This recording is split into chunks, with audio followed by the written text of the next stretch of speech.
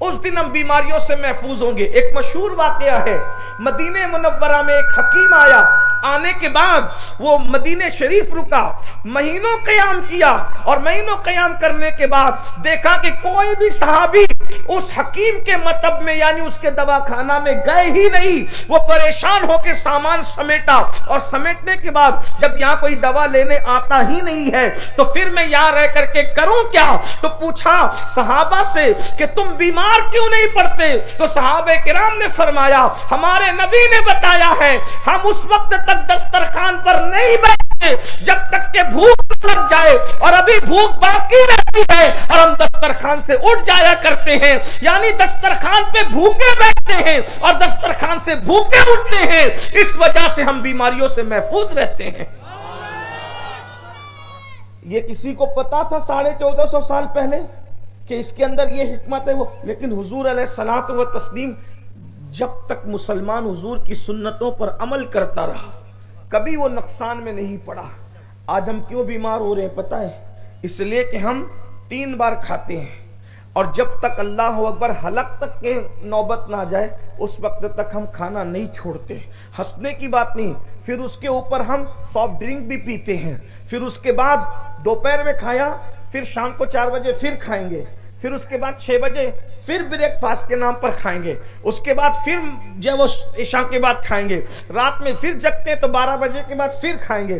یعنی لوگ کھاتے کھاتے مریض ہو رہے ہیں۔ میرے آقا صلی اللہ علیہ وسلم کے پیارے دیوانوں، اور آپ دیکھیں یورپ کی دنیا، باہر کی دنیا، یہ ساری چیزوں کو کھانے کو چھوڑ کر اب وہ قناعت کی طرف آ رہی ہے۔ کروڑ پتی ہے، اربوں پتی ہے، خربوں پتی ہے، وہ حتی الامکان کھانے کو نظر انداز کر رہے ہیں۔ لوگ سمجھتے زیادہ کھائیں گے تو زیادہ جئیں گے، یاد رکھنا کم کھائیں گے تو زیادہ جئیں گے۔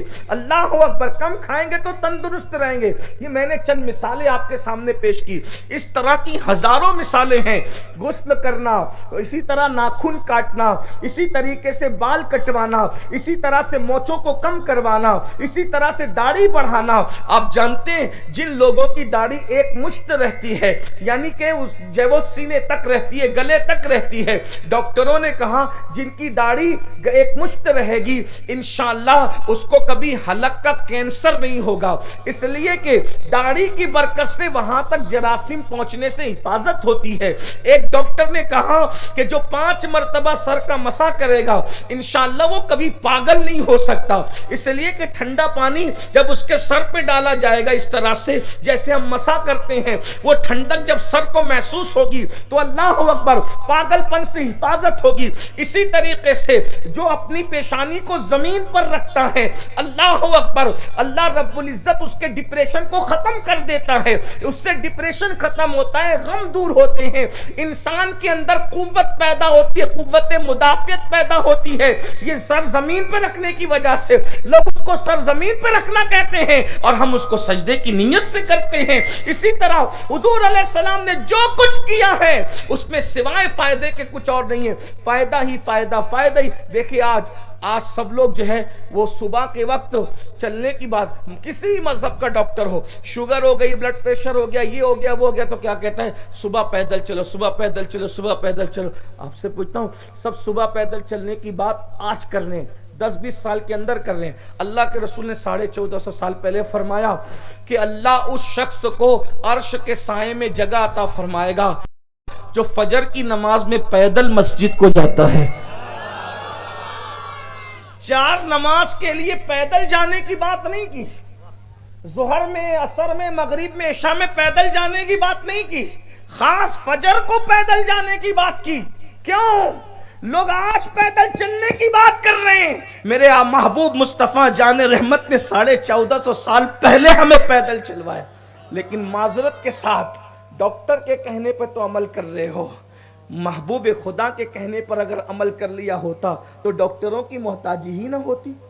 مجھے بتائیں، اندازہ فرمائیں۔ آپ کو بتاؤں ایک بات اور، آج کل لوگ کہتے ہیں جب وہ سبزیاں زیادہ کھاؤ، سبزیاں زیادہ کھاؤ۔ اللہ کے رسول نے 1450 سال پہلے فرمایا جس دسترخوان پر ہری سبزی رکھ دی جاتی ہے اس دسترخوان سے شیطان کو بھگا دیا جاتا ہے۔ ہری سبزی کا دسترخوان پہ رکھ دیا جانا شیطان کو بھگانے کے مترادف ہے. یہ حدیث پاک تفسیر علم نشرہ میں امام اہل سنت کے والد امام المتکلمین نے نقل فرمایا ہے. غرض کہ میں بے شمار مثالیں پیش کر سکتا ہوں لیکن میرا عنوان یہ نہیں. آقا نے جو طریقہ بتایا اس کی طرف آؤ, اس میں فائدہ ہے. حضور علیہ السلام نے ہمیں سب کچھ سکھایا. یار وہ محبوب جو لامکاں پر جاتے ہیں خدا کی زیارت کرتے ہیں, وہ محبوب صلی اللہ علیہ وآلہ وسلم نے ہمیں بیت الخلاء میں بیٹھنے کا طریقہ تک سکھایا, پانی لینے کا طریقہ تک سکھایا, استنجا کرنے کا طریقہ تک سکھایا. کیوں؟ تاکہ تم کسی کی طرف نہ دیکھو, کسی اور کی طرف نہ دیکھو, کسی کی محتاجی میں نہ رہو. اور جب تک مسلمان کھانے میں, پینے میں, اٹھنے میں, بیٹھنے میں, سونے میں, جاگنے میں حضور کی سنتوں پہ عمل کرتا رہا. آج ہم سوتے ہیں تو کیسے سوتے ہیں؟ لمبے دھڑنگے چت لیٹ کر کے سوتے ہیں. اللہ کے رسول علیہ السلام ایسے کبھی نہیں سوئے. حضور علیہ السلام سوتے تھے تو آپ اپنے پیروں کو سمیٹتے تھے, ہاتھ کو سر کے نیچے سیدھے ہاتھ کو رکھتے تھے اور اس طرح کونی کو پھیلا کر اور پیروں کو سمیٹ کر, یعنی کہ وہ شکل بھی نام محمد کی بنتی تھی. اعلیٰ حضرت علیہ رحمٰن نے یہاں پر ایک روایت نقل کی ہے کہ جو اس طرح سوئے گا تو جب تک اس طرح سے لیٹا رہے گا 70,000 فرشتے وہاں آ کر کے درود پڑھیں گے اور وہ درود پڑھنے کا ثواب اس کو ملے گا جو اس طریقے سے سویا ہوا ہے. کتنے فرشتے آئیں گے سوچو تو صحیح, ثواب کے ثواب مل. اور اس کے بعد اس طرح سے سوئیں گے.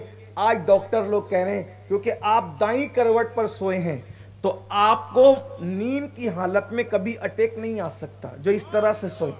غور فرمائیں, حضور علیہ السلام نے بتایا لیکن ہم نے اس پہ غور نہیں کیا. ہم لوگ دوسروں کو دیکھ رہے ہیں, وجہ ہمیں اہمیت نہیں پتا, جبکہ حضور علیہ السلام کی آمد کا مقصد سکھانا تھا. کھاؤ کیا, پیو کیا, اور جو چیزیں حضور نے کھائی اس میں اللہ نے فائدہ, جیسے کہ حضور نے کھجوریں زیادہ کھائی. ڈاکٹر لوگ کہہ رہے ہیں کہ کھجور وہ ہیں جس میں ہر قسم کی وٹامن موجود ہے.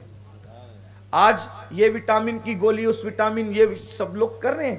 کھجور کھا لو, آل وٹامن, ساری وٹامنز اس کے اندر موجود ہے. حضور نے کھائی. بتاؤ اس وقت وٹامن کا پتہ تھا, لیکن آمنہ کے لال غیب دا نبی صلی اللہ علیہ وآلہ وسلم کھجور استعمال کر کے, یعنی حضور نے جس چیز سے بچے. اور حضور علیہ السلام نے میدہ کبھی نہیں کھایا. میدہ جانتے, میدہ کی روٹی کبھی نہیں کھائی. یہ جو برگر کھاتے ہو, پاؤ کھاتے ہو, اسی طریقے سے میدے کی چیزیں کھاتے ہو, اس سے پیٹ بڑھ رہا ہے, بیماریاں بڑھ رہی ہے. آج یہ فیشن ہو گیا ہے. فیشن کے پیچھے بھاگنے والوں, مصطفیٰ جان رحمت کے طریقے کی طرف پیچھے آؤ. لوگوں کو ترقی چاہیے تو آگے بھاگیں, ہمیں ترقی چاہیے تو پیچھے آئیں, اس لیے کہ ہماری ترقی قدم ناز مصطفیٰ صلی اللہ علیہ وسلم میں ہے. ہماری ترقی حضور علیہ السلام کے قدموں میں ہے. کل بھی حضور کے قدموں میں تھی, آج بھی حضور کے قدموں میں ہے. تو میرے بھائیوں, حضور علیہ السلام نے جن چیزوں کے کھانے سے سستی آتی ہے ان چیزوں کو حضور نے کبھی نہیں کھایا. کچی پیاز حضور علیہ السلام نے کبھی نہیں کھائی. کچا لہسن حضور علیہ السلام نے کبھی نہیں کھایا. آج جو لوگ کچی پیاز کھاتے ہیں, ابھی جائز ناجائز کی بات نہیں کر رہا ہوں, جو لوگ کچی پیاز کھاتے ہیں ان کے منہ سے کتنی خطرناک بدبو آتی ہے. دیکھو, جو لوگ کچا لہسن کھاتے ہیں ان کے منہ سے کتنی خطرناک بدبو آتی ہے. کچی پیاز, کچا لہسن کھانے سے پسینے میں بھی بدبو آتی ہے. حضور علیہ السلام نے کبھی استعمال نہیں فرمایا, حالانکہ منع بھی نہیں فرمایا لیکن استعمال بھی نہیں فرمایا. اسی طرح سے آپ دیکھیں حضور علیہ السلام نے عطر کو استعمال فرمایا. امام اعظم ابو حنیفہ فرماتے ہیں جو کثرت کے ساتھ عطر استعمال کرے گا اس کی عقل بڑھے گی اور قوت حافظہ میں اضافہ ہوگا, اس کو بھولنے کی بیماری کبھی نہیں ہوگی. حضور علیہ السلام نے سب طریقہ بتایا, لیکن آج مسلمان طریقے مصطفیٰ صلی اللہ علیہ وآلہ وسلم کو چھوڑ کر دائیں بائیں کی طرف جا رہے ہیں, نفس کے غلام بن رہے ہیں. تباہی اسی لیے آ رہی ہے, بربادی اسی لیے آ رہی ہے, دنیا میں مسلمان تباہ برباد اسی لیے ہو رہا ہے. آئیے, حضور علیہ السلام نے خوشی کے موقع پہ بھی ہمیں بتایا غم کے موقع پہ بھی ہمیں بتایا رہنا کیسے ہے. دیکھو اکثر اللہ اکبر غم کے موقع پر کوئی بال نوچتا ہے, غم کے موقع پر کوئی چیخ چیخ کے روتا ہے, کوئی چلا چلا کے روتا ہے, کوئی کپڑے پھاڑتا ہے, کوئی نوحہ کرتا ہے. مگر اللہ اکبر مصطفیٰ جان رحمت صلی اللہ علیہ وآلہ وسلم نے غم کے موقع پر, یعنی اگر میت ہو جائے, کسی کے گھر میں کسی کا انتقال ہو جائے, تو چپ کے جو آنسو بہتے ہیں اس کی اجازت ہے. خاموش آنسو اگر آپ کی آنکھ سے نکلتے ہیں تو یہ محبت کی علامت ہے. محبت میں خاموش آنسو کسی کی آنکھ سے نکل سکتے ہیں, لیکن چلا کر کے رونا, نوحہ کرنا, بلکنا, کپڑے پھاڑنا, منہ پہ تماچے مارنا, اللہ اکبر بال نوچنا, اس کی اسلام نے اجازت نہیں دی ہے. اللہ اکبر. اسی طرح شادی کے موقع پر اللہ کے رسول صلی اللہ علیہ وآلہ وسلم نے ہمیں قانون عطا کیا. کہیں پہ بھی تشنا قانون نہیں چھوڑا. شادی کیسے کی جائے, حضور علیہ السلام نے ایک نہیں متعدد شادیاں کر کے بتایا کہ شادی ایسے کرو. یعنی اگر ایک بار بھول گئے تو پھر اس طرح بھی دیکھ لو. یعنی یوں سمجھ لے, اگر اماں خدیجہ کی شادی کا انداز تم بھول چکے ہو تو اماں عائشہ کے ساتھ جو شادی کی اس کو یاد رکھو. اماں عائشہ کے ساتھ جو شادی کرنے کا انداز تھا اگر وہ بھی تمہاری نظروں سے اوجھل ہو گیا تو ام المومنین ام سلمہ کا نکاح یاد کر لو جو آقا علیہ السلام نے کیا, کس طرح حضور علیہ السلام نے نکاح فرمایا. یہ جتنے خرافات ہیں یہ ہمیں نقصان کی طرف لے جا رہے ہیں, اور دنیا یہی چاہتی ہے. دنیا یہ نہیں چاہتی کہ ہمیں قتل کر دے, دنیا یہ نہیں چاہتی ہمیں ختم کر دے, دنیا یہ نہیں چاہتی کہ اللہ اکبر ہمیں مٹا دے. دنیا یہ چاہتی ہے کہ آپ کچھ بھی کرو ہمیں برداشت ہے, بس مصطفیٰ جان رحمت کے طریقے پہ مت جاؤ. دنیا یہ چاہتی ہے جس دن مسلمان مصطفیٰ جان رحمت کے طریقے پر آ جائے وہی دن اس کے دن لیے ترقی کا دن ہوگا, وہی دن اس کے لیے عروج کا دن ہوگا. حضور کے طریقے سے دور مت بھاگو. شادیاں کیسے کی اللہ کے رسول علیہ السلام, کوئی قرض مانگ کر کے شادی نہیں کی گئی. اللہ کے رسول نے قرض لیا, اللہ کے رسول نے قرض لیا, صدقہ دینے کے لیے تو قرض لیا, مگر نکاح کرنے کے لیے کبھی قرض نہیں لیا. اور کونین کے والی, کونین کے تاجدار مصطفیٰ جان رحمت صلی اللہ علیہ وآلہ وسلم کا نکاح ہوتا ہے اور ولیمے کے لیے انتظام نہیں ہے تو حضور ولیمے میں کیا کھلاتے ہیں صحابہ کو؟ ستو. ستو سمجھتے ہیں؟ گجرات والوں کو ستو سمجھ میں آتا ہے؟ نہیں. جو کا آٹا موٹا موٹا پیسا ہوتا ہے اور اس میں کوئی دال ملا کر کے اور کوئی میٹھی چیز ملا کر کے اس کو پیس لیتے ہیں اور اس کو پانی میں ڈالتے ہیں تو بہت دلچسپ لگتا ہے, اچھا لگتا ہے, مزہ آتا ہے پینے میں. اس سے پیاس بھی مٹتی ہے اور بھوک بھی مٹتی ہے. ستو ختم ہو گیا, ستو کا تصور نہیں رہا. میں یو پی میں گیا تھا تو یو پی والوں نے مجھے بتایا تھا اس کو ستو کہتے ہیں. انہوں نے اپنی زبان میں کہا تھا ستوا اس کو کہتے ہیں, ستو کو وہ ستوا کہتے ہیں, لیکن انہوں نے مجھے پلایا, پیش کیا, مجھے اچھا لگا. بڑے غریب گھر میں گیا تھا تو انہوں نے ستو پیش کیا تو مجھے حضور علیہ الصلوۃ والتسلیم کا وہ مبارک ولیمہ یاد آ گیا جس پہ حضور علیہ السلام نے ستو کھلایا تھا صحابہ کرام. کبھی حضور علیہ السلام نے کھجور اور پانی پر اپنا ولیمہ کیا اور کبھی اللہ کے رسول علیہ السلام نے بکری ذبح کر کے بکری کے گوشت پر بھی اپنا ولیمہ فرمایا. اور اسی طرح جب حضور علیہ السلام نے پہلا نکاح فرمایا تو سینکڑوں بکریاں ذبح کی گئی اور اس کے بعد حضور علیہ السلام کے ولیمے میں کھانا پیش کیا گیا.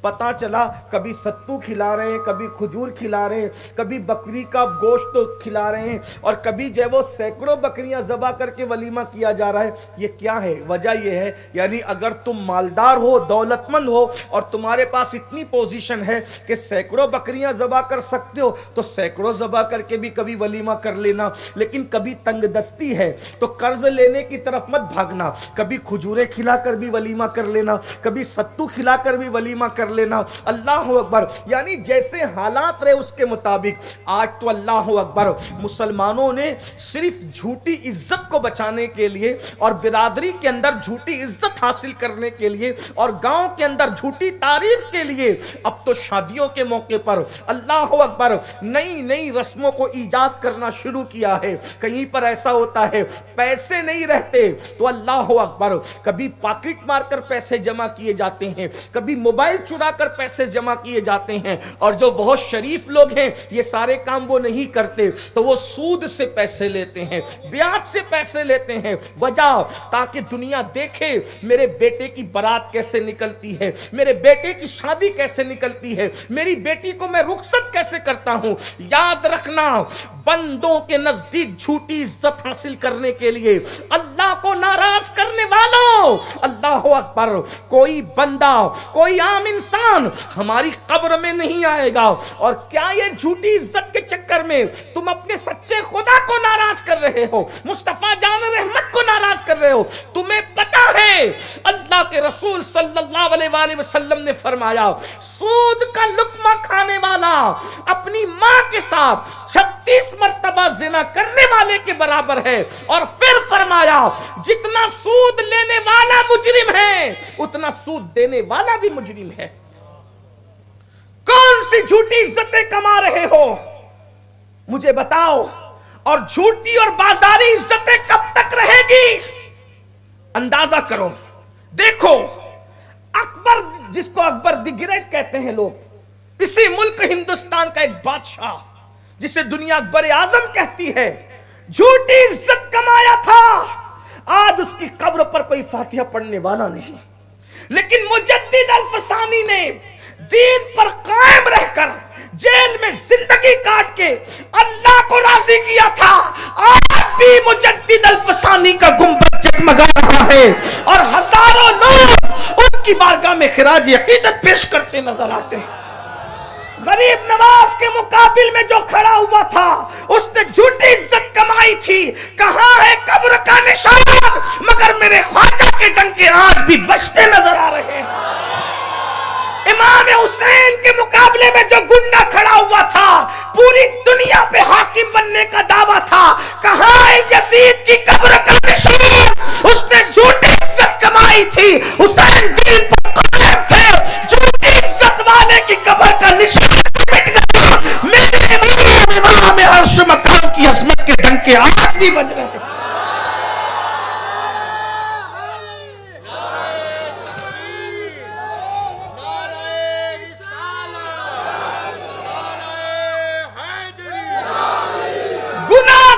خدا کو ناراض کر کے جھوٹی اور بازاری عزت حاصل کرنے والوں قبروں کا نشان بھی مٹ جائے گا.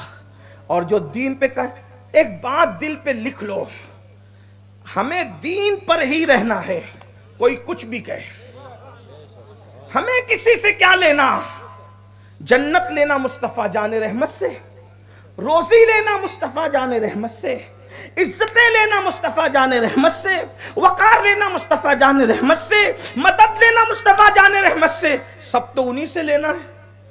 آپ کہیں گے میں تو آپ کو توحید و رسالت سکھا رہا ہوں, لیکن اس پہ بھی کچھ لوگوں کے پیٹ میں درد ہوگا. کہا کہ یہ کیا کہہ دیا سب لینا حضور سے, تو اللہ سے کیا لینا. میں نے کہا ملا جی اللہ ہی دیتا ہے, لیکن جن ہاتھوں سے دیتا ہے وہ ہاتھ آمینہ کے لال کے ہے. اگر آپ کو یہ بات سمجھ میں نہیں آتی تو یہ بخاری شریف ہی میں لکھی ہے, جو بخاری بغل میں لے لے کر کے گھومتے ہو اور بہت بخاری کا نام لیتے, اسی بخاری میں ہے واللہ یؤتی انما انا قاسم, اللہ عطا کرتا ہے اور میں ہی تقسیم کرتا ہوں. تو اللہ کیا کیا دیتا ہے حضور نے نہیں بتایا, اور کیا کیا حضور تقسیم کرتے یہ بھی نہیں بتایا, بلکہ حضور اشارہ دے رہے ہیں اللہ جو دے سکتا ہے میں سب سے بات سکتا ہوں. اسی لیے میرے امام کہتے خلق کے حاکم ہو تم, رزق کے قاسم ہو تم سے ملا جو ملا تم پہ کروڑوں درود. اور کون دیتا ہے, دینے کو منہ چاہیے, دینے والا ہے سچا ہمارا نبی. میرے کریم سے گر قطرہ کسی نے مانگا, دریا بہا دیے ہیں در بے بہا دیے. حضور کی دینے کی بات آئی تو میں نے کئی مرتبہ ایک واقعہ پڑھا, تقریروں میں پڑھا, لیکن آج دینے کی بات آئی تو میں پڑھ دوں اس کو. پھر آگے چلتے ہیں. سب لینا حضور سے ہے. توجہ, اگر آپ تھک گئے تو کوئی بات نہیں,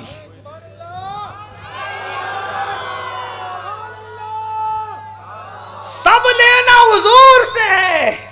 اور جس کو آمینہ کا لال دیتا ہے پھر اس کو دینے والا بنا دیتا. منگتے خالی ہاتھ نہ لوٹے, کتنی ملی خیرات نہ پوچھو, ان کا کرم پھر ان کا کرم ہے, ان کے کرم کی بات نہ پوچھ. قربان میں ان کی بخشش پر مقصد بھی زباں پر آیا نہیں, بن مانگے دیا اور اتنا دیا دامن میں ہمارے سمایا ہے. جس کی چوکھٹ سے دونوں جہان پل رہے ہیں, جس کی چوکھٹ سے دونوں جہان کو خیرات مل رہی ہے, وہ آمینہ کے لال مصطفیٰ جان رحمت کی ذات. ایک واقعہ میں نے کثرت سے پڑھا, آج بھی آپ اس کے سامنے اس کو پڑھ دیتا ہوں عنوان کی مناسبت سے, حالانکہ عنوان میرا یہ نہیں, آگے چلتے ہیں. ایک مرتبہ حاتم طائی کی اولاد میں سے ایک شخص اپنے دادا کے قصے سنانے لگے کہ میرے دادا حاتم طائی وہ تھے کہ جو اتنے سخی تھے, اتنے سخی تھے, اتنے سخی تھے کہ انہوں نے مختلف دروازے بنا کے رکھے تھے. اور ایک فقیر, ایک منگتا, ایک سوالی ایک بار ایک دروازے سے آتا تو بھی دیتے, دوسرے سے آتا تو بھی دیتے, تیسرے سے آتا تو بھی دیتے, چوتھے سے آتا تو بھی دیتے. وہ دینے کی بات کرتے رہے. اللہ اکبر. ایک ننھا سا بچہ شہزادہ جس کے چہرے پر نور کے آثار تھے, سعادت کے آثار تھے, برکت کے آثار تھے, شہزادگی جس کے چہرے سے چمک رہی تھی, اس ننھے سے شہزادے نے کہا بس یہی تیرا دادا ہے؟ کہا یہ بس, ہاں. کہا یہ تو بخیلی ہے, یہ کوئی سخاوت ہے؟ یہ کوئی سخاوت ہے, یہ تو بخیلی ہے. کہا وہ کیسی بخیلی؟ کہا کہ ایک سے اتنا نہ دیا اسی لیے تو دوسرے سے آنے کی ضرورت پڑی, دوسرے سے بھی جی نہ بھرا, جھولی نہ بھری, تب تو سائل تیسرے سے آیا, تیسرے سے بھی مراد پوری نہ ہوئی تو چوتھے سے آنا پڑا. لیکن میرے دادا کا بھی حال سن لے, جو ایک مرتبہ مانگتا ہے اتنا دیا کہ اس کو دینے والا بنا دیا. کہ تیرے دادا کا نام تو بتا کر انہیں کو محمد رسول اللہ کہتے ہیں. کیوں تاجدار و خواب میں دیکھی کبھی وہ شے, کیوں تاجدار و خواب میں دیکھی کبھی وہ شے جو آج جھولیوں میں گدایان در کی ہے. مانگیں گے مانگے جائیں گے, منہ مانگی پائیں گے, سرکار میں نہ لاہ نہ ہاتھ نگر کی ہے. منگتا کہاں ہی دادا کی دل تھی, دیری قبول عرض میں بس ہاتھ بھر کی ہے. مومن ہوں, مومنوں پہ رؤوف الرحیم ہوں, سائل و سائلوں کو خوشی لانا گھر کی ہے. جس نے جنت مانگا اس کو جنت بھی عطا کر دی, جہاں بانی عطا کر دیں, بھری جنت ہبا کر دے. نبی مختار خود ہے جس کو جو چاہے عطا کر دے. جہاں میں ان کی چلتی ہے وہ دم میں کیا سے کیا کر دے. وہ جب چاہے جسے چاہے اسے فرما روا کر دے. زمین کو آسماں کر دے, سریا کو سرا کر دے. کیا شان ہے ان کی. سب کچھ حضور سے لینا اور حضور سے بغاوت کرنا, حضور کے طریقے سے بغاوت. پھر لوگوں سے چھوڑ دو, مجھے کون کیا کہے گا. جس دن یہ فکر تمہارے دل سے نکل جائے گی مجھے کون کیا کہے گا, بس اسی دن تم بادشاہ ہو. کسی کی فکر, سب کی فکر چھوڑ دو, صرف ایک فکر کرو, اللہ راضی ہو جائے, اس کا رسول راضی ہو. مجھے کوئی کچھ بھی کہے, کچھ بھی کہے, پھر دیکھنا یہ جو سود کے دھندے کر رہے ہو, سود سے پیسے لے رہے ہو, سود سے پیسے دے رہے ہو, بیاج عام کر رہے ہو, جھوٹی ناک اور عزت بچانے کے لیے کیا کرتے. سوچو مسلمان کی شادی میں کبھی ڈی جے بچ سکتا ہے؟ سوچیں, غور کریں. بار بار یہ بات کہی جاتی ہے. علماء کہتے ہیں, سادات کہتے ہیں, پیران نظام کہتے ہیں, لوگ کہتے ہیں ہم بہت چاہتے ہیں سادات کو. کیا چاہتے ہو؟ بولے ہاتھ چومتے ہیں, ان کے لیے ہاتھ باندھ کے کھڑے ہوتے ہیں, ان کو نظر پیش کرتے ہیں. میں نے کہا یہ مکمل چاہنے کی علامت نہیں ہے. اگر واقعی آل رسول سے محبت ہے تو وہ جو کہتے ہیں ان کی سنتے کیوں نہیں؟ ان کے نام پہ گردن جھکانے کی بجائے ان کے نام پہ دل جھکانے کی کوشش کرو. مسلمان کی شادی سود سے کیسے ہو سکتی ہے؟ مسلمان کی شادی اللہ کے رسول کے طریقے کے خلاف کیسے ہو سکتی ہے؟ مسلمان کی شادی میں ڈھول تاشا ڈی جے کیسے بچ سکتا ہے؟ مجھے بتاؤ تو صحیح، حیرت ہے جس مذہب کے اندر اللہ کے رسول علیہ السلام نے فرمایا کہ ڈھول تاشے شیطان کے لشکر ہے اور مجھے ان کو توڑنے کے لیے بھیجا گیا. ہمارے مذہب میں ڈی جے ڈھول تاشے باجوں کا کوئی تصور نہیں ہے. یہ شادیوں کے اندر ڈھول تاشے باجے یہ بدعات ہیں، خرافات ہیں، اور اس پر کتنے روپے خرچ ہو رہے ہیں؟ ہزاروں روپے، اور اللہ کے رسول اس کو شیطانی لشکر فرما رہے. اب مجھے بتاؤ جس شادی میں شیطان کا لشکر آئے گا وہ شادی کبھی آباد ہو سکتی ہے؟ اس میں کبھی برکت ہو سکتی ہے؟ شادی میں شیطان کا لشکر تم لاؤ، اور جب بیوی آ کر کے بہو آ کر کے تمہیں نچائے اور جیل کے زینے پر چڑھائے تو پھر باپو سے آ کر پیر پکڑ کہتے ہیں کہ باپو کچھ کرچو، کچھ کرو. سوچو تو صحیح، باپو کیا کریں گے؟ شیطان کا لشکر تو پہلے دن تو لایا ہے. جس کے گھر میں شیطان کا لشکر تم لا رہے ہو، بتاؤ اس شادی کے اندر خوشیاں کیسے ہوگی؟ اگر شادی میں برکت لانا ہے تو ذکر مصطفیٰ کی محفل سجاؤ. جہاں ذکر مصطفیٰ کی محفل سجے گی وہاں فرشتوں کا نزول ہوگا، وہاں نگاہ مصطفیٰ ہوگی، اور جہاں نگاہ مصطفیٰ ہوگی وہ گھر کبھی برباد نہیں، وہ گھر ہمیشہ آباد رہے گا. دیکھ لو جب تک مسلمان شادیوں کے موقع پہ ڈی جے نہیں بجاتے تھے، میاں بیوی بڈھے ہو جاتے تھے تو بھی محبت باقی رہتی تھی. دیکھا نہیں اپنے دادا دادی کو، دیکھا نہیں اپنے نانا نانی کو، بڑے بیاں بڑی بھی ایک دوسرے کے بغیر رہتے نہیں. کیوں؟ یہ محبت کہاں سے تھی؟ ان کی شادیوں میں خرافات نہیں ہوئی تھی، ان کی شادیوں میں ذکر مصطفیٰ کی برکتیں تھی، آخری دم تک نصیب رہی. آج تو مہندی بھی نہیں چھٹتی اور طلاق کی باتیں ہونے لگتی. آج تو مہندی بھی نہیں چھٹتی اور ایک دوسرے کے ساتھ لڑائی جھگڑے شروع ہو جاتے. مہندی بھی نہیں چھٹتی، زگزگ شروع ہو جاتی. ہنسنے کی بات نہیں، اگر صرف دل بہلانے کے لیے جلسوں میں آتے ہو تو پھر آپ کی مرضی، لیکن اگر اپنی بھلائی چاہتے ہو، اپنی آخرت کا بھلا چاہتے ہو، جانتے ہیں اللہ کے سچے رسول صادق و مصدوق صلی اللہ علیہ وآلہ وسلم نے ارشاد فرمایا کہ کچھ لوگ اپنی قبروں میں جائیں گے تو اللہ ان کو سور کی شکل دے گا، خنزیر کی شکل دے گا. وہ سور اور خنزیر کی شکل کے اندر بدل دیے جائیں گے. اللہ اکبر. کون کہہ رہا ہے؟ جلسے کرنے والے مولوی صاحب کی بات نہیں، مقرر صاحب کی بات نہیں، ابھی باپو کی بات نہیں، بلکہ سارے باپوؤں کا جد کریم مصطفیٰ جان رحمت محمد الرسول اللہ، مشکل کشا کا بھی مشکل کشا، مشکل کشا کا بھی مشکل کشا، سید السادات علی مرتضیٰ کا بھی سید، مولائے کائنات جس کے بارے میں کہے کہ میں ان کا غلام ہوں. اندازہ فرمائے علی پاک جس کی غلامی کا دم بھرے، صدیق اکبر جس کی غلامی کا دم بھرے، ملائکہ جس کی خدمت کرے، جس کے دروازے پر دربان کی شکل میں جبریل امین نظر آئے، وہ مصطفیٰ جانے جس کا دربان اتنا عظیم ہو وہ بادشاہ کتنا عظیم ہو. میرے امام کہتے تیرے در کا دربان ہے جبریل اعظم، تیرا مدح خواہر رسول و ولی ہے.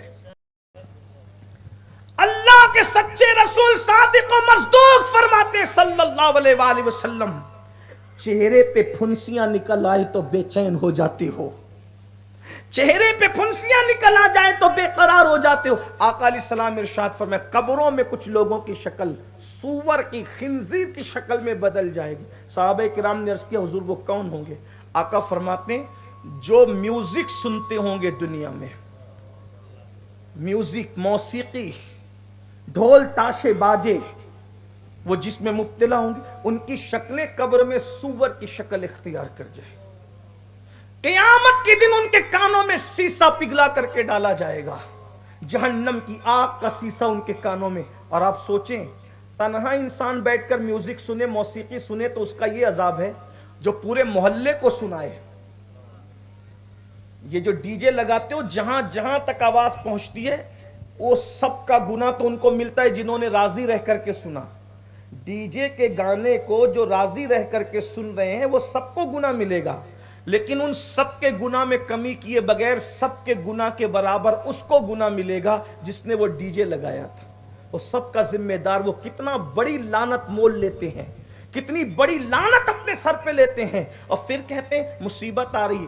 جب اللہ کسی پہ لعنت کرے تو پھر اس کو کون مصیبت سے بچائے گا, اس کو کون تکلیف سے بچائے گا, اس کو کون مشکل سے بچائے گا؟ میرے آقا علیہ الصلوۃ والتسلیم کے پیارے دیوانوں, پھر آقا علیہ السلام فرماتے ہیں پہلی چیز جو قبر میں سور کی شکل دلائے گی وہ میوزک ہے, موسیقی ہے, ڈھول تاشے باجے گانے ہیں. اور دوسری چیز فرمائی وہ نشہ کرتے ہوں گے. نشہ کرنے والوں کی صورتیں بھی قبر میں بدلے گی اور سور کی شکل, اور ایک حدیث کے مطابق یا سور کی شکل یا بندر کی شکل. آج بہت عزت دار بنتے ہیں گناہ کر کے, گناہ کو فیشن کا نام دیا جاتا ہے. کل لوگ شراب کی بوتلیں پیتے تھے تو بدنام ہوتے تھے, آج لوگ شراب کی بوتلیں تو نہیں پیتے, فریج کے اندر کوریکس کی بوتلیں لا کر کے رکھتے ہیں, نشے کی گولیاں لا کر کے رکھتے ہیں. سن لو, نام کوئی بھی بدل لو, کام تو وہی ہے. اگر کوئی پیشاب پر یہ لکھ کر لائے کہ شربت روح افزا ہے تو کیا نام بدلنے سے اس کی حقیقت بدل جائے گی؟ تو اگر کوئی نشہ کر رہا ہے, چاہے گولی سے کرے, چاہے کوریکس سے کرے, چاہے دوا سے کرے, چاہے انجیکشن سے کرے, چاہے کسی چیز سے کرے, آقا نے ارشاد فرما دیا تمہاری عقلیں طلبہ مصطفیٰ تک نہیں پہنچ سکتی, ہوشیار نہ بنو. میرے نبی نے ہر ہوشیار کو بتا دیا کہ تو وہاں تک نہیں پہنچ سکتا جہاں تک طلبہ مصطفیٰ کی رسائی ہے. بہت زیادہ نام بدل کر دیر ہوشیاری نہ کرو. فرما دیا کل مسکرن حرام, نام کچھ بھی ہو جس سے بھی نشہ آتا ہے وہ حرام کر دیا گیا. نشہ کسی سے آئے حرام ہے, اور جس چیز کے زیادہ سے نشہ آئے اس کے تھوڑے کو بھی حرام کر دیا. یعنی جو چیز زیادہ پینے سے نشہ آئے گا اس کا تھوڑا بھی حرام. کیوں پیتے ہو؟ اور یہ نشہ کر کے, شراب پی کے, نشے کی گولیاں کھا کے اللہ رسول کا کوئی نقصان نہیں کر سکتے. تم اپنا نقصان کر رہے ہو, پھیپڑے خراب کر رہے ہو, بیماریوں کو دعوت دے رہے ہو. اور میں تو یہ کہتا ہوں آج ظالم دنیا باضابطہ طور پر مسلمانوں کو ٹارگٹ کر کے مسلمانوں میں نشے کو پرموٹ کرنے کی کوشش کر رہی ہے, کیونکہ دنیا جانتی ہے اگر دنیا میں کوئی زندہ قوم ہے اس زندہ قوم کو محمد الرسول اللہ پڑھنے والا کہا جاتا. اس لیے کہ اس قوم کی کتاب بھی زندہ ہے قرآن, اس قوم کا نبی بھی زندہ ہے سید الانبیاء صلی اللہ علیہ وسلم, اس قوم کا خدا بھی زندہ ہے. زندہ خدا, زندہ کتاب, زندہ نبی کی ماننے والی زندہ قوم وہ قوم مسلم ہے. دیکھ رہے ہو بھوکے رکھے جاتے ہیں پھر بھی ہرائے نہیں جاتے. دیکھ لو دیکھ لو, دنیا ٹوٹ پڑی ہے پوری طاقت کے ساتھ, لیکن ننھے سے بچوں کو بھی جھکا نہیں پا رہی ہے. جب 1400 سال کے بعد حسینیت کی غیرت کا یہ عالم ہے تو غیرت علی اصغر کا اندازہ بھی تو کوئی لگائے. وہ ننھے بچے ایک خطے کے دیکھ کر, یوٹیوب پر دیکھتے ہو نا, تصویروں میں دیکھتے ہو نا, ابھی آج ہی کی بات ہے, بہت دنوں کی بات نہیں ہے, جانتے ہو نا, میں نام نہیں لوں گا لیکن تمہیں پتا ہے ایک خطے کو ہڑپ کرنے کی کوشش کر رہے ہیں یہودی, لیکن بتاؤ وہ بھوکے رہ کر کے ڈٹے ہوئے ہیں. یہ بھوکے رہ کر ڈٹنا سکھایا کس نے؟ لوگ پیٹ بھر کے بھی ڈٹ نہیں سکتے. ہے کسی مذہب کے ماننے والوں میں بھوکے رہ کر ڈٹنے کا شوق؟ لوگ پیٹ بھر کے بھی ڈٹ نہیں سکتے, یہ بھوکے رہ کے کیوں ڈٹ رہے ہیں؟ تو معلوم ہے فلسطینیوں کو کہ بھوکے رہ کر حق کے لیے ڈٹنا یہ حسین ابن علی کی سنت. ڈٹ گئے وہ, اور کون؟ جوان تو جوان, ان کی عورتیں بھی سیدہ زینب کے کردار کی طرف اشارہ کر رہی ہیں, ان کے بچے بھی علی اصغر کے کردار کا. تو دنیا اسی سے خوف زدہ ہے کہ انہیں مار ڈالو. تو کیسے ماریں گے؟ کہا تلوار سے نہ مارو، ان کو ہتھیار سے نہ مارو، ان کو کردار کی مار مارو، انہیں زنا کا عادی کر دو، زانی بنا دو، ان کو زنا میں اتنے ڈوب جائیں کہ انہیں مذہب اور مسلک یاد نہ رہے، انہیں نشے کا اتنا عادی بنا دو کہ ان کو مذہب اور مسلک یاد نہ رہے، اور اپنی لگے ہوئے اسلام دشمن طاقتیں، یورپی ممالک لگے ہوئے ہیں، یہود و نصارہ لگے ہوئے ہیں تاکہ تمہارے جوانوں کے کردار کو بگاڑ دے۔ اتنے بھولے اور نادان نہ بنو، محمد الرسول اللہ کے ماننے والے زندہ قوم ہو، اپنی اہمیت کا احساس کرو۔ لوگ تمہارے کردار کو کچلنا چاہتے ہیں تاکہ پوری دنیا میں تمہیں بدنام کر دے۔ آج نشے کی طرف ہمارے ملک میں 16 17 سال کے لڑکے نشے میں ڈوب رہے ہیں۔ خدا کے لیے نکلو اس لعنت سے، توبہ کرو اللہ کی بارگاہ میں۔ ہمارے مذہب میں ہر قسم کا نشہ حرام ہے، اور نشہ کرنے والے کے لیے فرمایا قبر میں سور کی شکل اختیار۔ بلکہ حضور علیہ السلام تو اتنا ناراض ہے نشہ کرنے والوں سے، فرمایا نشہ کرنے والے کو قرضہ بھی مت دینا۔ اگر نشہ کرنے والا قرضہ مانگے، آقا فرماتے اس کو قرضہ بھی مت دینا۔ آقا فرماتے نشہ کرنے والے کے گھر سے رشتہ ہے، اس کو اپنی بیٹی بھی مت دینا۔ نشہ کرنے والا اگر بھوکا ملے اس کو کبھی کھانا بھی مت کھلانا۔ فرمایا نشہ کرنے والا بیمار پڑ جائے اس کی عیادت بھی مت کرنا۔ فرمایا نشہ کرنے والا مر جائے، آقا کریم صلی اللہ علیہ وسلم فرماتے اس کا جنازے میں شریک مت ہو، لوگوں کو عبرت ہو۔ اس روایت کو فقیہ ابو اللہ سمرقندی نے لکھا ہے۔ میں یہ نہیں کہہ رہا ہوں کہ مطلقاً جنازہ نہ پڑھا جائے، یہ نہیں کہہ رہا ہوں، کتنا ہی بڑا سے بڑا کبیرہ کا مرتکب ہو جنازہ پڑھا جائے گا، لیکن حضور علیہ السلام عبرت کے لیے فرما رہے ہیں اس کے جنازے میں شرکت نہ کریں تاکہ وہ عبرت بن جائے۔ مسلمانوں، یہ ہمیں طریق مصطفیٰ سے دور کرنے کی کوشش کی ہے، اور ہمیں چاہیے کہ ہم شریعت کے قریب آئیں، دینی تقدس کے قریب آئیں، طریق مصطفیٰ کے قریب آئیں۔ اللہ نے جو جوانی دی ہے اس کو گناہ کی نظر مت کرو، اللہ نے جو جوانی دی اس کو آوارگی کی نظر مت کرو، اللہ نے جو جوانی دی اس کو جرائم کی نظر مت کرو۔ جانتے ہیں اللہ کے رسول علیہ السلام فرماتے ہیں، حدیث پاک ہے کہ جوان 2 رکعت پڑھتا ہے تو اللہ اسے بوڑھے کی 10 رکعت کا ثواب عطا فرماتا ہے۔ ایک مرتبہ ایک بوڑھا اور ایک جوان حضور کی بارگاہ میں دونوں توبہ کرنے کے لیے آئے، تو جبریل علیہ السلام آ کے کہتے ہیں یا رسول اللہ اس جوان کو میں سلام کرتا ہوں، تو آقا نے فرمایا جبریل توبہ تو دونوں کر رہے ہیں، تو نے بوڑھے کو سلام کیوں نہیں کیا، جوان کو سلام کیوں کیا؟ تو میرے آقا علیہ السلام کی بارگاہ میں جبریل عرض کرتے ہیں یا رسول اللہ بوڑھا تو توبہ کر رہا ہے، توبہ اس کی قبول ہے، لیکن جب کوئی جوان توبہ کرتا ہے تو اللہ تبارک و تعالی جوانی کو بھی پسند کرتا ہے اور جوانوں کو بھی پسند کرتا ہے، اور جو جوان توبہ کر لیتا ہے، جو جوان توبہ کر لیتا ہے، اللہ تبارک و تعالی 40 دن تک اس خوشی میں آسمان میں قندیلیں روشن کرنے کا حکم دیتا ہے کہ جوان نے توبہ کی ہے۔ اور پھر فرمایا جب کوئی جوان توبہ کرے اللہ رب العزت اس کے سارے گناہوں کو نیکیوں میں تبدیل فرما دیتا ہے۔ جب کوئی جوان توبہ کرے اللہ اس کو قیامت میں عرش کا سایہ عطا کرتا ہے۔ اور یہاں تک میرے آقا فرماتے ہیں جو جوان گناہوں سے بچ کر کے جوانی گزارے اللہ اسے 70 صدیقوں کا ثواب عطا فرماتا ہے۔ 70 صدیق کس کو کہتے ہیں؟ شہید سے بڑا مرتبہ صدیق کا، ولی سے بڑا مرتبہ صدیق کا۔ جو گناہ سے بچ کر جوانی گزارے اللہ اسے 70 صدیقوں کا ثواب عطا فرماتا ہے۔ آخری بات سمیٹتے ہوئے عرض کروں، توجہ کریں۔ آج جوان کہتے ہیں کہ حضرت ہم بچ نہیں پاتے گناہ سے، بہت لنگڑا لولا بہانہ ہے، بہانے کرتے ہیں، بچ نہیں پاتے۔ میں ایک ہی بات کہنا چاہتا ہوں، کیا جو لوگ اللہ کی عطا سے گناہ سے بچتے ہیں کیا وہ تمہارے اندر نہیں رہتے؟ زمین پہ ابھی بھی تو کچھ لوگ ہیں نا جن کو تم لوگ خود نیک مانتے ہو، ہے نا ایسے لوگ؟ تو کیا یہ آسمان سے اترے، زمین سے نکلے؟ طریقہ گناہ سے بچنے کا ایک ہے، آسان، سچے دل سے ہمیں نیت کرنا ہوگی گناہ سے بچنے کی۔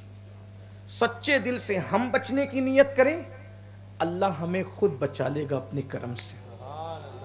بلا تمثیل گرتے ہوئے بچے کو جیسے ماں سنبھالتی ہے نا، بلا تمثیل جب بندہ گناہ سے بچنے کی کوشش کرتا ہے تو قدرت کی رحمت اس کو ڈگمگانے سے سنبھال لیا کرتی ہے، اللہ مدد کرتا ہے۔ لاسٹ جو بات اختتام کو کرنے جا رہا تھا، سنے بہت خوبصورت سی بات یاد آئی ہے۔ امام یافعی رحمۃ اللہ علیہ اپنی کتاب میں لکھتے ہیں، میں اس کا مفہوم پیش کرتا ہوں۔ جوانی بہت خوبصورت ہے۔ فرمایا جوانی کی ایسی قدر کرو جیسے کسی مہمان کی قدر کرتے۔ ہر مہمان جانے کے لیے آتا ہے، تو جوانی بھی وہ مہمان ہے جو چلی جائے گی۔ جوانی نہ کسی کے پاس ہمیشہ رہی ہے نہ ہمارے پاس ہمیشہ رہے۔ دھیرے دھیرے بال سفید ہوں گے، چہرے پہ جھریاں پڑے گی، چہرے کی جلد لٹکے گی، صحت سمٹے گی، کبھی یہ درد کبھی وہ درد کبھی وہ درد۔ آج جوانی میں عبادت نہیں کر رہے ہو، یہ سوچ کے بڑھاپے میں کریں گے۔ بڑھاپا عبادت کے لیے نہیں ہوتا، اس لیے کہ بڑھاپے میں تو رکوع میں کمر بھی جھکنے کو تیار نہیں ہوتی ہے نا۔ ایک وقت آئے گا اپنی جوانی گزرنے کے بعد پچھتاؤ گے۔ آج اس کی قدر کرو، ایک مہمان کی طرح، ایک اچھے مہمان کی طرح۔ وقت کا صحیح استعمال کرو۔ یوٹیوب لے کر بیٹھتے ہو تو گھنٹوں اسی میں، فیس بک لے کر بیٹھتے ہو گھنٹوں اسی میں، فلمیں کیا کیا دیکھتے ہو فلموں کے نام پہ، سوچو۔ اللہ سب دیکھ رہا ہے۔ حتیٰ کہ مسلمان کے بچے آج زنا کی فلمیں تک دیکھ رہے ہیں۔ سیدنا سلمان فارسی سرکار فرماتے ہیں، ہائے ہائے ہائے کیا لوگ تھے۔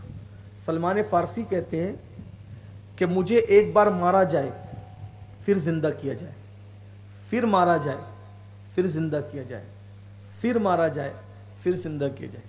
میں 3 مرتبہ موت کی تکلیف تو اٹھا سکتا ہوں، لیکن ایک بار بھی کسی کی شرمگاہ کو دیکھنے کی ہمت نہیں کر سکتا۔ نہ کسی کو شرمگاہ دکھانے کی ہمت کر سکتا ہوں، نہ دیکھنے کی۔ کیوں؟ کیونکہ 3 بار موت کی تکلیف اٹھانا میرے لیے آسان ہے، مگر کسی کی شرمگاہ ایک بار دیکھنے کی بنیاد پہ اللہ جو عذاب دے گا وہ عذاب مجھ سے برداشت نہیں ہوگا۔ یہ کون کہہ رہا ہے؟ سلمان فارسی۔ کون سلمان فارسی؟ آقا فرماتے ہیں اللہ نے مجھے 4 لوگوں سے محبت کا حکم دیا۔ ساری کائنات کو جس رسول سے محبت کا حکم دیا ہے، اس رسول سے فرمایا کہ تم 4 لوگوں سے پیار کرو۔ صحابہ نے پوچھا حضور وہ 4 لوگ کون ہیں جن سے اللہ نے آپ کو محبت کا حکم دیا، یعنی ان کی عظمت کے اظہار کے لیے؟ تو آقا فرماتے ہیں وہ 4 یہ ہے، نمبر 1 علی ابن ابو طالب، نمبر 2 ابو ذر غفاری، نمبر 3 مقداد، اور نمبر 4 سلمان فارسی۔ اللہ نے مجھے ان لوگوں سے، حضور سے، اللہ فرماتا ان سے محبت کرو۔ محبوب کو کہا گیا ان سے محبت کرو، ان کی عظمت کے اظہار کی خاطر۔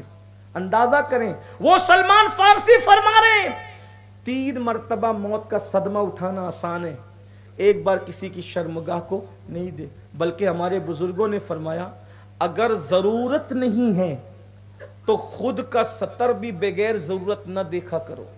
جو اپنی سطر کو بار بار دیکھتا ہے اللہ اسے 2 بیماریاں دیتا ہے، وہ اندھے پن کا شکار جلدی ہوگا اور وہ بھولنے کی بیماری میں مبتلا ہوگا۔ یعنی اگر ضرورت نہیں ہے تو خود کا بھی سطر نہ دیکھو۔ میں بہت حیا کے پردے میں سطر کر رہا ہوں، لیکن آپ سمجھ سکتے ہیں میں کہنا کیا چاہتا ہوں۔ جو مذہب بلا ضرورت خود کا سطر دیکھنے سے بچنے کی بات کرے تقوی کے اعتبار سے، آج اس قوم کے لڑکے اور لڑکیاں اگر زنا کی فلمیں دیکھیں، بتاؤ مرو گے نہیں، برباد نہیں ہوگے، تباہ نہیں ہوگے؟ میں آپ کو کوئی بددعا دینے نہیں آئے، لیکن احساس تو کرو میں کوئی بددعا بھی نہیں دے رہا ہوں، میرا کام ہی نہیں ہے، لیکن آپ کو آگاہ کرنا چاہتا ہوں۔ یہ مصیبت، وہ مصیبت، وہ مصیبت، وہ مصیبت، یہ ساری مصیبتیں کیوں ہیں؟ اپنی آنکھوں کو کیا دیکھنے پہ لگایا ہے؟ سرکار مولا کائنات رضی اللہ تعالیٰ عنہ فرماتے ہیں میں نے کبھی اپنے سطر پر بلا وجہ نظر نہ کی۔ لوگوں نے کہا کیوں نہیں دیکھا؟ فرمایا جن آنکھوں سے رسول اللہ کو دیکھتا ہوں وہ آنکھیں سطر پہ پڑ جائے میرے عشق کو گوارا نہیں۔ سوچیں ذرا، غور فرمائیں، موبائل میں کیا بھر کے رکھا ہے؟ رات بھر اللہ پاک لعنت برساتا ہے ایسے لوگوں پہ. اور زنا دیکھتے ہیں تو پھر زنا کرنے کی طرف بھی طبیعت ابھرتی ہے. آج جو زنا عام ہو رہا ہے اس میں سب سے بڑی گندی فلموں کا عمل دخل ہے. شادی سے پہلے وہ سب کچھ کر گزر رہے ہیں لوگ جس کا تصور نہیں کیا جا سکتا. ہم مجبور ہیں, کیا کریں, بولنا ہے. جیسے مریض ہے ویسی دوا پیش کرنا ہے, ورنہ ان بزرگوں کے تقدس کی وجہ سے ان عنوان پہ بولنے کو جی نہیں چاہتا. لیکن کریں کیا؟ جو قوم آگ لگا چکی ہو اپنی جوانی کو, جو قوم تباہ کر چکی ہو اپنی جوانی کو. جوان کسی قوم کا سرمایہ, جوان کسی قوم کی آبرو, جوان کسی قوم کی ترقی کا سبب, جوان کسی قوم کے لیے انقلاب کا عظیم اللہ اکبر سرمایہ. آج ان جوانوں کا سب کچھ لٹ چکا. زنا, گندی فلمیں, گندی تصویریں, یوٹیوب, فیس بک, واٹس ایپ, اسی میں ڈوب گئے.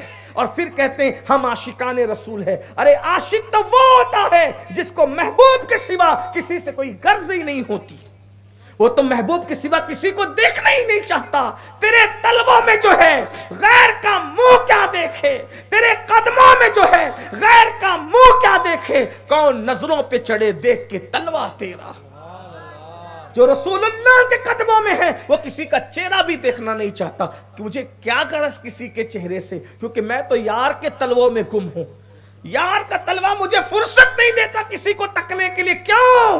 اس لیے کہ کسی محجبین کا چہرہ بھی اتنا خوبصورت نہیں ہو سکتا جتنا اللہ نے میرے محبوب کے تلوے کو خوبصورت بنایا ہے. آسماں گر تیرے تلووں کا نظارہ کرتا, روز ایک چاند تصدق میں اتارا کرتا. چھپ گیا چاند نہ آئی تیرے دیدار کی تاب, سامنے گر کبھی ہوتا بھی تو سجدہ کرتا. دور رسالت میں کسی نے کسی سے کہا آج چاند نکلا نہیں. کسی عاشق نے کہا شاید آج تلوہ مصطفیٰ سے چادر ہٹ گئی ہوگی, اس لیے چاند کو نکلنے کی ہمت نہ ہوئی. میرے امام تو کہتے ہیں کہ خورشید تھا کس زور پر, کیا بڑھ کے چمکا تھا قمر. خورشید کہتے ہیں سورج کو, خورشید تھا کس زور پر, کیا بڑھ کے چمکا تھا قمر. ادھر سورج کہہ رہا تھا میں خوبصورت, ادھر چاند کہہ رہا تھا میں خوبصورت. ادھر آمینہ کے لال کے چہرے سے پردہ اٹھا, یہ بھی نہیں وہ بھی نہیں. خورشید تھا کس زور پر, کیا بڑھ کے چمکا تھا قمر. بے پردہ جب وہ رخ ہوا, یہ بھی نہیں وہ بھی نہیں. کیا حسن والا رسول ہے, ایسے حسن والے جمال والے رسول کا کلمہ پڑھ کے زنا کی فلمیں. کبھی تصور تو کرو جس وقت حضور کا کوئی امتی نرم گدوں پہ لیٹ کر زنا کی فلم دیکھتا ہوگا, اس وقت رسول اللہ کے دل پہ گزرتی کیا ہوگی. مولوی صاحب کو دھوکہ دے سکتے ہو, پیر صاحب کو, آمینہ کے لال کو دھوکہ نہیں دے سکتے. کیوں؟ کیونکہ جس کی نگاہ سے اللہ کی ذات نہ چھپی, اس کی نگاہ سے ہماری رات کیسے چھپ سکتی ہے. حضور کی بارگاہ میں جب شفاعت کی بھیک مانگنے جاؤ گے, اگر اللہ کے رسول نے چہرہ پھیر لیا تو کیا ہوگا. تو میں جو آخری بات کرنے چلا تھا, بات طویل ہو رہی, ختم کروں. ہمارے برادر عزیز بڑے مخلص ہمارے ساتھی کرم فرما جناب عبدالرزاق صاحب قادری, ان کا حکم تھا کہ ہمیں وقت پہ پروگرام ختم کرنا ہے, تو جو ٹائم تھا ہم اس سے بہت آگے نکل گئے. تو بات ختم کہیں نہ کہیں تو کرنی ہوگی, لیکن امام یافعی والی ایک بات سن لے, بات ختم کرتا. ارادہ کریں سچا, منافقانہ نہیں, سچا, میں نے گناہ سے بچنا ہے, سچا ارادہ. پھر دیکھو میرے اللہ کا کرم کیسے ہوتا ہے. خدا کی رحمت ہاتھ نہ تھام لے تو پھر کہنا, مصطفیٰ جان رحمت کا کرم ہاتھ نہ تھام لے تو پھر کہنا. اور یہ جو زنا کی فلمیں دیکھتے ہیں اور زنا کرتے ہیں نا, فرمایا گیا, بزرگوں نے فرمایا, جو زنا کرتے ہیں, زنا دیکھتے ہیں, اگر وہ توبہ نہیں کریں گے تو اللہ ان کے گھر میں لنگڑی لولی عیبی اولاد پیدا کرے گا. اب اس کا یہ مطلب نہیں کہ جن کے گھر میں عیبی اولاد ہو تو آپ اس پہ شک کرنے لگو کس نے ایسا کیا ہوگا, ایسا نہیں. کچھ لوگوں کو اللہ سزا کے طور پہ لنگڑی لولی عیبی اولاد دیتا ہے, اور کچھ لوگوں کو امتحان کے طور پہ دیتا ہے. جیسے بیماری حضرت ایوب کو امتحان کے طور پہ دی نا, اور بیماری ابو لہب کو اس کا جسم سڑا دیا. ابو لہب کا جسم اتنا سڑا کہ مرنے کے بعد وہ بدبو آتی تھی کہ اس کے بیٹے بھی اس کے جنازے میں شریک نہیں ہوئے. حبشی غلاموں کو اجرت دے کر اس کو پھکوایا گیا, اٹھا کر کے دفن کروایا گیا. اس کو بھی بیماری ملی, حضرت ایوب علیہ السلام کو بھی ملی, لیکن اس کی بیماری سزا تھی, ایوب علیہ السلام کی بیماری اللہ کا امتحان تھا. دونوں میں فرق ہے. تو سب کو ایک لکڑی سے ہانک نہیں سکتے, لیکن 98% لوگ, 98% لوگ جن کے گھروں میں عام طور پہ لنگڑی لولی ایبی اولاد پیدا ہوتی ہے, اس کی وجہ زنا دیکھنا, زنا کرنا. آقا علیہ السلام نے فرمایا اللہ اکبر لا الہ الا اللہ, فرمایا کچھ لوگوں کی تو آنکھیں بھی زنا کرتی ہے. ہائے ہائے ہائے, جو آنکھ زنا کرتی وہ اللہ کا دیدار کیسے کرے گی؟ جو آنکھ زنا کرتی وہ رسول اللہ کا دیدار کیسے کرے؟ آقا نے فرمایا کچھ لوگوں کی آنکھیں بھی زنا کرتی. یا رسول اللہ آنکھیں بھی زنا کرتی؟ فرمایا ہاں, جو آنکھیں حرام چیزوں کو دیکھتی ہے وہ آنکھیں زنا کرتی, وہ آنکھیں زانی ہیں. زانی بنا دیا نا اپنی آنکھوں کو. اللہ کی بارگاہ میں توبہ کر لو. موت سر پہ کھڑی ہے, موت کی تلوار سروں پہ لٹک رہی ہے, پتہ نہیں کب بلاوا آ جائے. ابھی بیٹھا تھا ابھی چلا گیا, سوتے سوتے چلا گیا, کھاتے کھاتے چلا گیا. زندگی کا کوئی بھروسہ نہیں ہے. غرور میں مت رہنا کہ کس کو کتنی زندگی ملی. زندگی موت و حیات کا اختیار ہمارے ہاتھ میں نہیں. پتہ نہیں میں بول رہا ہوں کب تک بول سکوں, آپ بیٹھے کب تک بیٹھیں گے. حقیقت ہے موت آنی ہے, تیاری کرو, اللہ رسول کو راضی کرو, سچی توبہ کرو, استغفار کرو, اپنے اللہ کو مناؤ, اپنے اللہ کو راضی کرو. سب سے زیادہ آسان جس کو منانا ہے وہ میرے اللہ کو منانا ہے. شرمندگی کے 2 آنسو سچے دل سے پیش کر لو, میرا اللہ راضی ہو جاتا ہے, وہ مان جاتا ہے, وہ توبہ قبول کر لیتا ہے, توبہ کا قبول کرنے والا ہے.